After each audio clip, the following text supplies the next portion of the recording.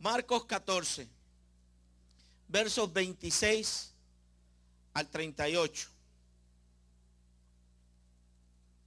14, 26 al 38. Marcos 14, 26 al 38. Y leemos la palabra del Señor y dice: cuando hubieron cantado el himno, salieron del monte de los olivos. Entonces Jesús les dijo: todos os escandalizaréis de mí esta noche, porque escrito está: heriré al pastor y las ovejas serán dispersadas. Pero después que haya resucitado, iré delante de vosotros a Galilea. Entonces Pedro le dijo: aunque todos se escandalicen, yo no. Y Jesús le dijo: de cierto te digo hoy, en esta noche, antes de que el gallo haya cantado 2 veces, me negarás 3 veces. Vamos a Lucas, capítulo 22. No quiero dejar la historia a la mitad. ¿Ok? Porque como que la historia se acaba ahí, pero no.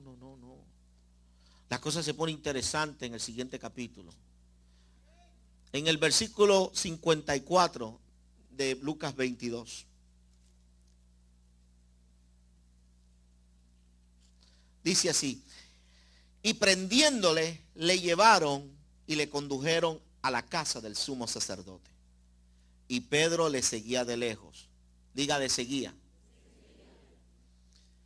Y habiendo ellos encendido un fuego en medio del patio, se sentaron alrededor.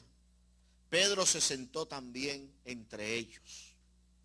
Pero una criada, al verle sentada al fuego, se fijó en él y dijo: también éste estaba con él. Pero él lo negó, diciendo: mujer, no lo conozco. Un poco después, viéndole otro, dijo: tú también eres de ellos. Y Pedro dijo: hombre, que no lo soy. Como una hora después, otro afirmaba diciendo: verdaderamente también ese estaba con él, porque es Galileo. Y Pedro dijo: hombre, no sé lo que dices. Y enseguida, mientras él todavía hablaba, no se había callado, el gallo cantó.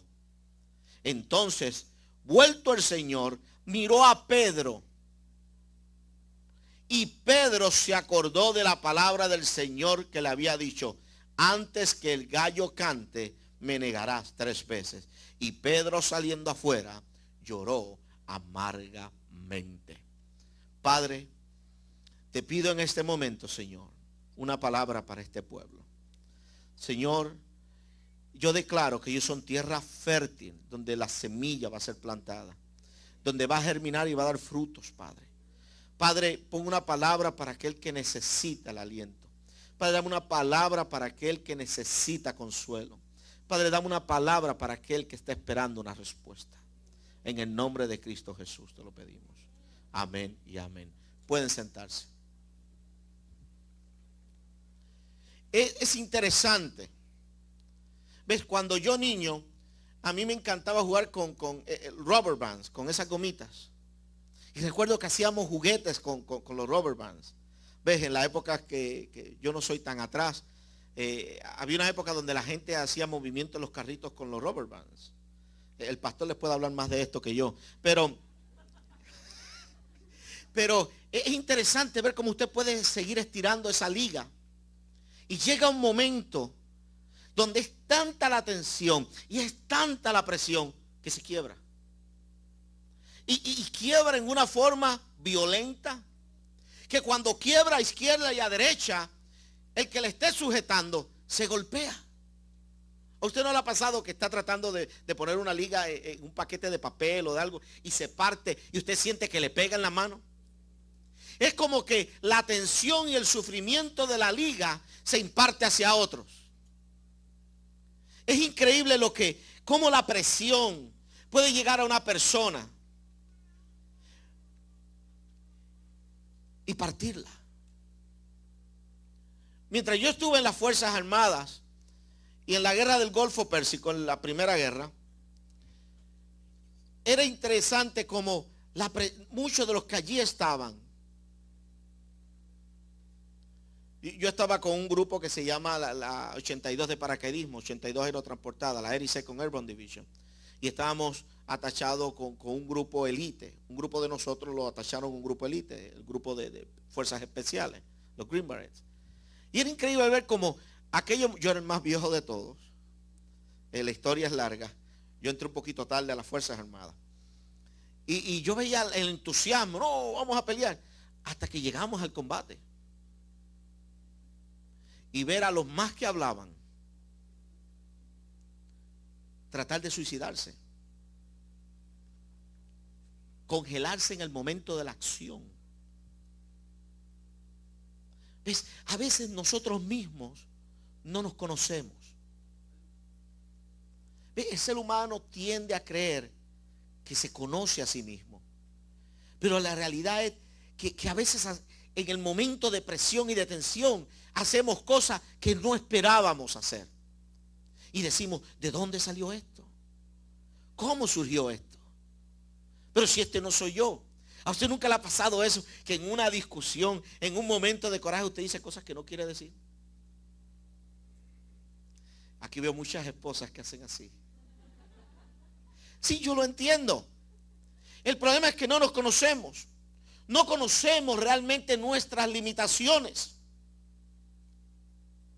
Entonces, como no conocemos nuestras limitaciones, no nos preparamos para la batalla que tenemos que enfrentar. Porque ves, la iglesia ha perdido de enfoque que estamos en una guerra. Y usted me dirá, sí, pastor, pero ya Cristo la venció. No, Cristo la venció. Lo que tenemos es que terminar de eliminar los que están por ahí molestando.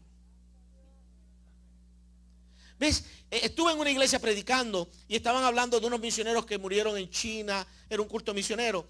Y se para una hermana casi llorando. Dice, ¿por qué tienen que morir misioneros y hombres de Dios? Y la gente, oh hermano, y todo el mundo empezó a lamentarse. Y yo tuve que parar el velorio. Le dije, hermano, ¿ustedes no entienden algo? Estamos en una guerra. La Biblia dice que nosotros tenemos una guerra. Claro, la Biblia habla en términos espirituales. El problema que tenemos es que todo lo que pasa en el mundo espiritual tiene repercusiones en el mundo físico. Cada vez que un misionero muere, es un soldado menos. Pero eso no significa que la guerra se acabó. Porque va a venir otro automáticamente a sustituirlo. Esa es la diferencia entre las fuerzas del mal y las fuerzas del bien. Nosotros eliminamos dos del mal y nunca vuelven atrás. Ahora, nosotros no nos conocemos. Y en esa lucha de no conocernos, vemos aquí Pedro con el mismo dilema. Pedro creía conocerse, pero no se conocía. ¿Ves? Al punto que estamos hablando, ya todos habían pasado la prueba de Judas. ¿Quién era el traidor? ¿Se acuerdan en la cena? Uno de ustedes me va a entregar. Y todo el mundo se miró. Y yo me imagino que eso tiene que haber sido interesante. Acuérdese que una hora antes se habían caído a las trompadas. ¿Oh, no? Sí. Todos estaban peleando quién se iba a sentar a la derecha y a la izquierda de Cristo. Y usted me dirá, no, es que la Biblia no puede entrar en detalle.